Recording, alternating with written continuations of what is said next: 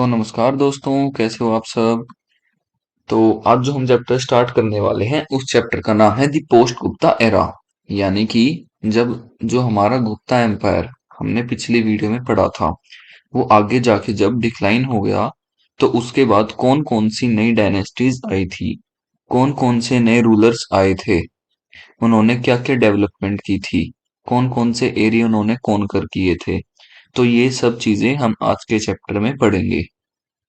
ठीक है। अब देखो, अब गुप्ता एम्पायर जब डिक्लाइन हो रहा था, ठीक है, तो जो कन्नौज की जो सिटी थी वो बहुत ज्यादा इम्पोर्टेंट सिटी बन गई थी। जैसे कि आज के टाइम पे हमारी कैपिटल सिटी हो गई, हमारा गुरुग्राम हो गया। मतलब ये एक तरह से कह सकते हैं जो मोस्ट डेवलप्ड एरिया है हमारे देश का। तो उसी टाइम पर ऐसे था कन्नौज, ये जो सिटी थी। अब इस सिटी का बहुत बड़ा योगदान है एक स्ट्रगल कराने में जिसका नाम था ट्राइपार्टाइट स्ट्रगल, जो हमारा तीन डायनेस्टीज के बीच में हुआ था। अब एक बार हम हमारी एक इम्पोर्टेंट डायनेस्टी है वर्धमान या पुष्यभूति डायनेस्टी, इसके बारे में पढ़ लेते हैं। उसके बाद देखेंगे कि वो ट्राइपार्टाइट स्ट्रगल क्या था। स्टार्ट करने से पहले अगर चैनल पर नए हो तो सब्सक्राइब करो और जाकर पिछले वाली वीडियोस भी देखो। हमने हिस्ट्री को बिल्कुल सीक्वेंस में कराया है। ये चैनल का लिंक है, हुडा स्टडी टिप्स के नाम से ही आपको टेलीग्राम चैनल मिल जाएगा और ये सारे के सारे नोट्स वहां पर आपको पीडीएफ फॉर्म में मिल जाएंगे। तो सब्सक्राइब करो और चलिए शुरू करते हैं। तो सबसे पहले जो हमारी डायनेस्टी आती है वो आती है हमारी पुष्यभूति या फिर वर्धना डायनेस्टी। अब देखो, वर्धना एक तरह से हम कह सकते हैं इनका टाइटल या इनका सरनेम है, तो इसलिए हमने नाम रख दिया वर्धन डायनेस्टी। ठीक। अब इसका जो फाउंडर था वो था पुष्यभूति। ठीक है, तो इस डायनेस्टी को पुष्यभूति के नाम से भी जाना जाता है। पहला रूलर जो था वो था प्रभाकर वर्धन। ठीक है, जिन्होंने टाइटल अपना अज्यूम किया था परम भद्रक और महाराजा अधिराजा। अब ये जो महाराजा अधिराजा टाइटल है, आप सबको भी पता है, आपने पढ़ लिया पिछली वीडियो में कि ये सिर्फ इसी डायनेस्टी ने यूज नहीं किया, ये बहुत ज्यादा डायनेस्टीज ने यूज कर लिया है। तो पेपर में ऐसे तो क्वेश्चन आएगा नहीं कि महाराजा अधिराजा किसने यूज किया था, लेकिन वो आपसे एक तरीके से सवाल पूछेंगे कि इस डायनेस्टी के, इस साम्राज्य के कौन से किंग ने महाराजा अधिराजा टाइटल यूज किया था। ठीक। तो जब अगर ये पूछें कि वर्धन डायनेस्टी के कौन से किंग ने सबसे पहले महाराजा अधिराजा टाइटल यूज किया था, तो आपको बताना है प्रभाकर वर्धन ने यूज किया था। अब ये जो प्रभाकर वर्धन थे, इन्होंने हुंस को भी हराया था। अब हुंस जो है वो एक ट्राइब था जो कि बहुत तेजी से इंडिया की तरफ आ रहा था, मतलब इन्वेड करने के लिए बार बार आ रहा था। बहुत सारे राजाओं से, डायनेस्टीज से इन्होंने लड़ाई की थी। अब कई सारी डायनेस्टीज ऐसी हैं छोटी छोटी जो कि बहुत ज्यादा फैलने लग गई थी, जैसे कि हमारी होगी मैत्रक डायनेस्टी, हमारा हुंस ट्राइब हो गया। ठीक, हमारे चालुक्याज हो गए। अब ये छोटी छोटी जो ये डायनेस्टीज हैं इसको हम नेक्स्ट चैप्टर में पढ़ेंगे संगम पीरियड में। ठीक है, अभी हम इसी को कंटिन्यू करते हैं। तो फिर हमारे रूलर आते हैं राजवर्धन। अब राजवर्धन जो थे वो हर्षवर्धन के बड़े भाई थे और इनकी सिस्टर का नाम था राजश्री। अब इन्होंने अपनी बहन की शादी करवाई थी गृहवर्मन नाम के राजा के साथ। ठीक है, जो कि एक वकाटका प्रिंस थे। लेकिन ये जो गृहवर्मन थे, इनकी लड़ाई हो जाती है एक राजा के साथ जिसका नाम था शशांक और देवगुप्त। तो ये जो दो राजा थे, ये दोनों मिलके गृहवर्मन को हरा देते हैं या मार देते हैं। तो जो उनकी वाइफ थी यानी हर्षवर्धन और राजवर्धन की सिस्टर, तो वो जंगल की तरफ भाग जाती है। वो जंगल कौन से थे, वो थे विंध्या रेंज जो थी उसके अंदर जो फॉरेस्ट होते हैं वो वाले। तो उसके अंदर ये एस्केप कर जाती है। फिर उनको रेस्क्यू करते हैं हमारे मोस्ट इंपोर्टेंट किंग हर्षवर्धन। और वर्धन डायनेस्टी के सबसे इंपोर्टेंट जो किंग है वो है हमारे हर्षवर्धन। अब क्यों है वो देखो, जो हमें हिस्ट्री मिलती है हर्ष हर्ष जी के रेन की यानी उनके राज की, हर्षवर्धन के, तो वो हमें उनके कोट पोएट बाणभट्ट से मिलती है जिन्होंने हर्षचरिता और कादम्बरी लिखी थी। तो ये याद रखना है कि हर्षवर्धन का कोर्ट पोएट कौन था? वो था बाणभट्ट। और इन्होंने दो किताबें लिखी, एक तो हर्षचरिता यानी कि हर्षवर्धन की बायोग्राफी, और कादम्बरी। ये शायद एक प्ले है, ये कंफर्म नहीं है, आप गूगल करके कंफर्म कर लेना। जो हर्षवर्धन थे उन्होंने अपनी कैपिटल चेंज कर दी थी। थानेसर थी, तो वहां से उन्होंने कन्नौज को चेंज कर दिया था। मतलब सबसे पहले ये राजगद्दी पर बैठे तो सबसे पहला काम इन्होंने किया कि जो कैपिटल थी थानेश्वर या थानेसर जो हम कहते हैं, उसको कैपिटल को चेंज करके कर दिया कन्नौज पे। शुरू में मैंने बताया था कि जब गुप्ताज जो थे वो डिक्लाइन हो गए, उसके बाद सबसे मोस्ट इंपोर्टेंट जो हमारी सिटी थी वो बन गई थी हमारी कन्नौज। तो हर एक डायनेस्टी उसके पीछे भाग रही थी कि हमें ये चाहिए। अब इसके बहुत सारे रीजन हो सकते हैं। एक रीजन हो सकता है कि भाई राज करने के लिए एक बहुत अच्छी साइट हो, ठीक है, या फिर यहाँ की जो मिट्टी है वो बहुत उपजाऊ हो, जिससे कि बहुत सारी प्रोडक्शन हो सके, एम्पायर और ज्यादा बढ़ सके, तो ऐसे। फिर अब आगे देखते हैं। अब इन्होंने नॉर्थ इंडिया के पार्ट्स भी कॉन्कर कर लिए थे, जैसे कि पंजाब, पूर्वी राजस्थान, गंगा वैली जो कि असम के पास है वो। लेकिन जब वो साउथ में जा रहे थे, अब जैसे कि हमारा ये मैप है, अब ये जब साउथ में जा रहे थे, यहाँ से नीचे जाने लग गए, तो यहाँ जो तीन किंगडम थे जिनको आज तक कोई हरा नहीं पाया, चोला, चेराज और पांड्या, ठीक है, इनकी तरफ ये जा रहे थे। तो जाते जाते इनको वहां पर मिल गए थे पुलकेशिन टू, जो कि एक चालुक्यन किंग थे। तो उन पुलकेशिन टू ने हर्षवर्धन को हरा दिया और नीचे जाने से रोक दिया। तो क्वेश्चन क्या बनेगा हमारा कि जब हर्षवर्धन साउथ में राज करने के लिए जा रहा था, तो उनको किसने रोका? तो वो थे चालुक्यन किंग पुलकेशिन टू। ये याद रखने की चीज है। अब आगे पढ़ते हैं। ये जो चालुक्यास थे, इनकी कैपिटल थी प्रेजेंट कर्नाटका में, यानी बदामी। अब ये जो डायनेस्टीज है ना, ये छोटी छोटी, इनके नाम ना ऐसे याद करते हैं। जैसे अभी हम आगे ये पाला डायनेस्टी पढ़ेंगे तो हम इन्हें ऐसे ही कह देते हैं, पालाज ऑफ बंगाल, क्योंकि ये मेनली बंगाल से इनका ओरिजिन है और वहां से राज करते थे। अब चालुक्यास के बारे में पढ़ेंगे तो हम बोलेंगे चालुक्यास ऑफ बदामी।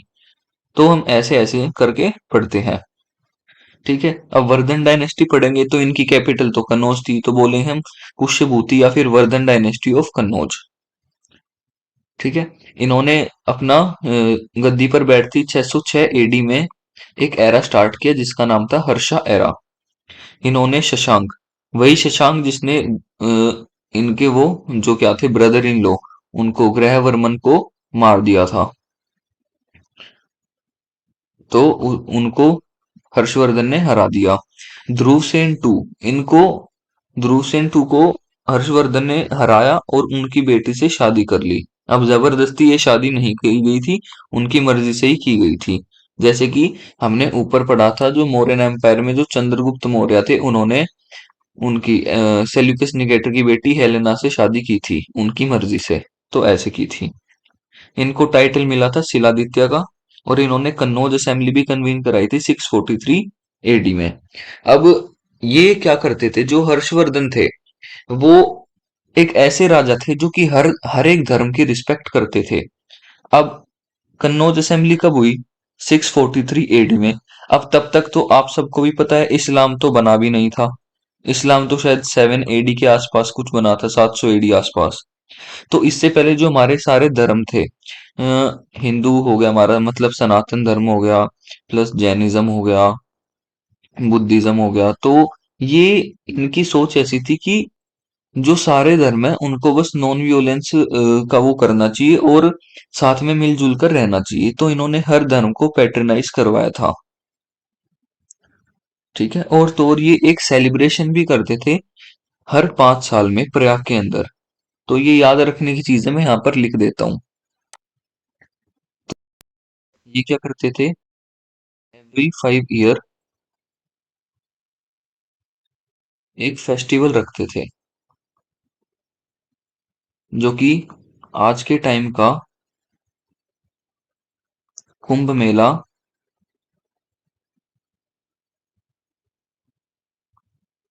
कहा जाता है। तो ये हर एक 5 साल में एक सेलिब्रेशन रखते थे जिनको आज के टाइम पे कुंभ मेला कहा जाता है। अब आप सबको ही पता है कुंभ मेला हमेशा हर 5 साल में लगता है। अब नेक्स्ट पढ़ते हैं। अब आ गया हमारा ट्राइपर्टाइट स्ट्रगल। अब होता क्या है मैं बताता हूँ।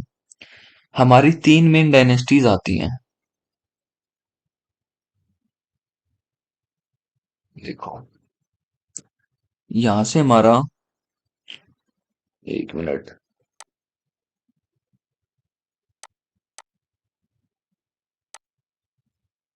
अब जो हमारा गुप्ता एम्पायर था वो हमारा हो गया था डिक्लाइन। तो फिर जो कन्नौज की सिटी थी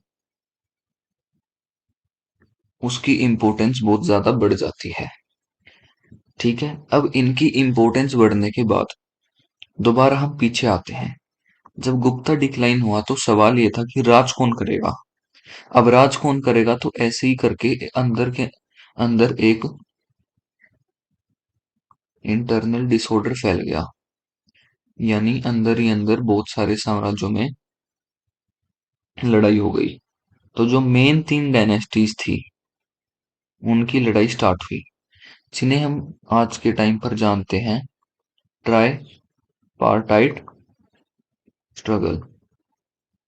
ठीक है, अब इससे इस ट्राई वर्ड से याद रख लेना कि ये 3 डायनेस्टी के बीच में लड़ाई हुई थी। ठीक है, वो 3 डायनेस्टीज हैं। एक तो पाल्स बंगाल के, एक गुर्जर प्रतिहर, और एक थे राष्ट्रकूट। अब इन 3 डायनेस्टीज के अंदर भाई ये लड़ाई स्टार्ट हो जाती है। वापस से अगर हम ऊपर चल के समझें तो सबसे पहले हम पढ़ेंगे पाल डायनेस्टी के बारे में, जो कि हमारी सेकंड इंपॉर्टेंट डायनेस्टी है वर्धना डायनेस्टी के बाद। अब ये जो पाल डायनेस्टी थी इन्होंने रूल किया था बंगाल से 650 से लेके 750 एडी तक। ठीक है, जब हर्षवर्धन की डेथ हो गई थी। फिर उसके बाद क्या होता है कि ये जो पाल थे ना ये एक्चुअली में किंग नहीं थी, ये लोकल चीफ थे। तो इनमें से एक लोकल चीफ उठकर आते हैं गोपाल, जिन्होंने एक साम्राज्य खड़ा किया पाल साम्राज्य। ठीक है, जो कि इनके पहले राजा भी माने जाते हैं। अब जो उस टाइम पर बंगाल का सबसे लीडिंग आदमी था, मतलब जिसकी पहुंच थी, तो वो गोपाल जी को वोट करते हैं कि भाई ये हमारे साम्राज्य को स्टार्ट करेंगे। तो जो गोपाल थे वो एक वॉरियर के बेटे थे जिनका नाम था वपियत। ठीक है, और इन्हीं को फाउंडर ऑफ पाल डायनेस्टी भी बोला जाता है। अब इन्होंने ऑलमोस्ट 99% बंगाल के ऊपर अपना राज कर लिया था। और ये क्या थे, ये एक बुद्धिस्ट थे। ठीक है, फिर उस इनकी एक्सेशन के बाद एक और किंग आ जाते हैं धर्मपाल, जिन्होंने डायरेक्ट लड़ाई स्टार्ट कर दी थी प्रतिहर और राष्ट्रकूट के खिलाफ। ठीक है, और वो फिर एक यूनिवर्सिटी भी बनाते हैं जिनका नाम है विक्रमशील यूनिवर्सिटी। अब इनके बारे में यहां से पढ़ते हैं। और अब जो धर्मपाल थे उन्होंने अपना राज स्टार्ट किया था 770 एडी से 810 एडी तक। ये गोपाल के बेटे और उनके सक्सेसर थे। इन्होंने अपना जो किंगडम था वो बढ़ाया, यानी पाल डायनेस्टी को और ज्यादा बढ़ाया, और बुद्धिज्म को ये फॉलो कर रहे थे। अब जो नालंदा यूनिवर्सिटी थी, जो मुस्लिम इन्वेडर्स ने तबाह कर दी थी, उनको दोबारा से रिवाइव किया। और साथ ही साथ इन्होंने विक्रमशील यूनिवर्सिटी भागलपुर बिहार में वो भी फाउंड की, और सोमपुरी मोनेस्ट्री जो कि बिहार में ही प्रेजेंट है वो भी। ठीक है, तो इनके बहुत ज्यादा फ्रीक्वेंट वॉर्स हैं गुर्जर प्रतिहर और राष्ट्रकूट के बीच में। जैसा कि हमने पढ़ाई था, ये जो तीनों डायनेस्टीज थी, एक तो पालाज हो गए आपके, एक गुर्जर प्रतिहर हो गए, और एक राष्ट्रकूट हो गए। तो इन तीनों के बीच में काफी लड़ाई झगड़े चलते रहते थे, यानी वॉर चलती रहती थी। फिर जो हमारे नेक्स्ट किंग आते हैं वो आते हैं देवपाल। इनको परम संगत के नाम से भी जाना जाता है। तो क्वेश्चन आएगा कि परम संगत कौन से डायनेस्टी के किस राजा का नाम है? तो आप टिक कर दोगे साफ साफ पाल डायनेस्टी के देवपाल जी का नाम। फिर दोबारा दूसरी लैंग्वेज में क्वेश्चन बना देगा कि पाल डायनेस्टी के एक राजा हैं देवपाल, उनका टाइटल बताओ, उन्हें क्या बोला जाता है? तो आप लिख दोगे परम संगत। तो ऐसे ही लैंग्वेज को तोड़ मरोड़ के ऐसी क्वेश्चन देता है, लेकिन आपको कंफ्यूज नहीं होना। फिर उसके बाद जो धर्मपाल थे उनके बाद ये सबसे ज्यादा नोटेबल पाल किंग माने जाते हैं। इन्होंने बुद्धिज्म को बहुत ज्यादा पैट्रनाइज किया था, बहुत ज्यादा उनके टेम्पल्स बनाए थे और मोनेस्ट्री बनाई थी मगध के अंदर। ठीक है। फिर उसके बाद भाई ये विग्रपाल के सक्सेसर हैं। इनसे पहले जो राजा आए थे वो थे विग्रपाल। ठीक है।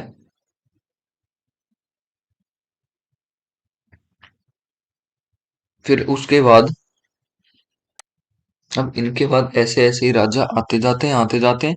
फिर थोड़े बीच बीच में वीक राजा आते हैं, जैसे राज्यपाल, गोपाल टू, वृषपाल, जिनका इन्फ्लुएंस इतना ज्यादा नहीं था। लेकिन फिर इनके बाद हमारे जो राजा आते हैं वो आते हैं महिपाल वन, जिन्होंने 988 एडी से 1036 एडी के बीच में राज किया, जो कि विग्रपाल टू के बेटे थे। इनका हमें पता चलता है तिरुमला इंस्क्रिप्शन ऑफ राजेंद्र चोला। ठीक। फिर इनके बाद जो राजा आते हैं वो आते हैं रामपाल। रामपाल ने रूल अपना स्टार्ट किया था 1077 एडी से लेके 1130 एडी तक। अब ये थोड़ी सी फैक्चुअल इंफॉर्मेशन है, इनका कहाँ से पता चलता है? एक तो रामचरिता, जो कि इनके नाम से पता चल रहा है, इनकी बायोग्राफी थी। फिर आ जाती हमारी गुर्जर प्रतिहार डायनेस्टीज, डायनेस्टी आई मीन। तो इस डायनेस्टी के जो फाउंडर थे वो थे हरिश्चंद्र। 6th सेंचुरी में डायनेस्टी फाउंड की गई थी। ठीक है। और इन्होंने अपना जो राज किया था वो सबसे पहले किया था राजस्थान के मरवाड़ में। और जिन्होंने टेम्पल सिटी ऑफ ओशियन भी बनाई थी, इन्होंने हरिश्चंद्र, जो कि यहाँ के इनके फाउंडर थे। हाँ, तो सबसे इम्पोर्टेंट रूलर जो फर्स्ट रूलर माना जाता है, मतलब फर्स्ट इम्पोर्टेंट रूलर जो माना जाता है, फर्स्ट नहीं, फाउंडर तो कौन था? हरिश्चंद्र था। तो फर्स्ट इम्पोर्टेंट रूलर जो माना जाता है वो है नागभट्ट वन। ठीक है। जिन्होंने अपना राज किया था मैंडोर से लेके मालवा, ग्वालियर और भरूच तक। इनकी जो कैपिटल थी वो थी मालवा में अवंती। ये वही टाइम था जब अरब का जुनैद इंडिया को इन्वेड करने आ रहा था मोहम्मद बिन कासिम के बाद। ठीक है। अब नागभट्ट वन, इनके कुछ फ्यूडेटरीज थे, चौहान्स, गहलोट्स, ये सब। तो ये भी अरब के अगेंस्ट में खड़े हो गए अपने धर्म को बचाने के लिए। फिर जो नेक्स्ट इंपॉर्टेंट रूलर हमारा आता है वो आता है वत्सराज। वत्सराज ने कन्नौज सिटी को कैप्चर कर लिया था। ठीक है। जो कि पालाजो बंगाल के साथ ये डायरेक्ट कन्फ्लिक्ट में आए थे, तो वहां से इन्होंने कन्नौज को कैपिटल किया था। फिर उसके बाद जो पाल डायनेस्टी में हमने धर्मपाल राजा के बारे में पढ़ा, तो उनको हरा दिया था इन्होंने 786 एडी में। राष्ट्रकूट जो किंग थे ध्रुवा, उन्होंने इनको हरा दिया था वत्सराज को। फिर ये जो वत्सराज थे ये 805 एडी में मर गए थे। फिर इनके बाद आते हैं नागभट्ट दो। ठीक है। ये पहले तो राष्ट्रकूट किंग गोविंदा थ्री ने इनको हरा दिया था, लेकिन फिर इन्होंने दोबारा से हिम्मत दिखाकर कन्नौज सिटी को दोबारा से कैप्चर कर लिया। तो ये सबसे मोस्ट इंपोर्टेंट और मोस्ट पावरफुल रूलर माने जाते हैं गुर्जर प्रतिहर के। ठीक है। इन्होंने सोमनाथ टेम्पल, जो कि जुनैद की आर्मी ने और 1024 में मोहम्मद गजनी की आर्मी ने तोड़ दिया था, गुजरात में जो स्थित है, उसको रीबिल्ड कराया था, यानी सोमनाथ टेम्पल को दोबारा से बनवाया था। फिर हमारे इंपॉर्टेंट रूलर आते हैं मिहिर भोज। मिहिर भोज का नाम बहुत ज्यादा फेमस है, बहुत लोगों ने सुना होगा। इनके जो फादर थे उनका नाम था रामभद्र। ठीक है। इन्होंने, और ये जो भोज थे, मिहिर भोज थे, ये मिहिर इनका टाइटल है। तो अगर क्वेश्चन है कि एक राजा थे गुर्जर प्रतिहार डायनेस्टी के जिनका नाम था भोज, तो उन्होंने क्या टाइटल यूज किया था?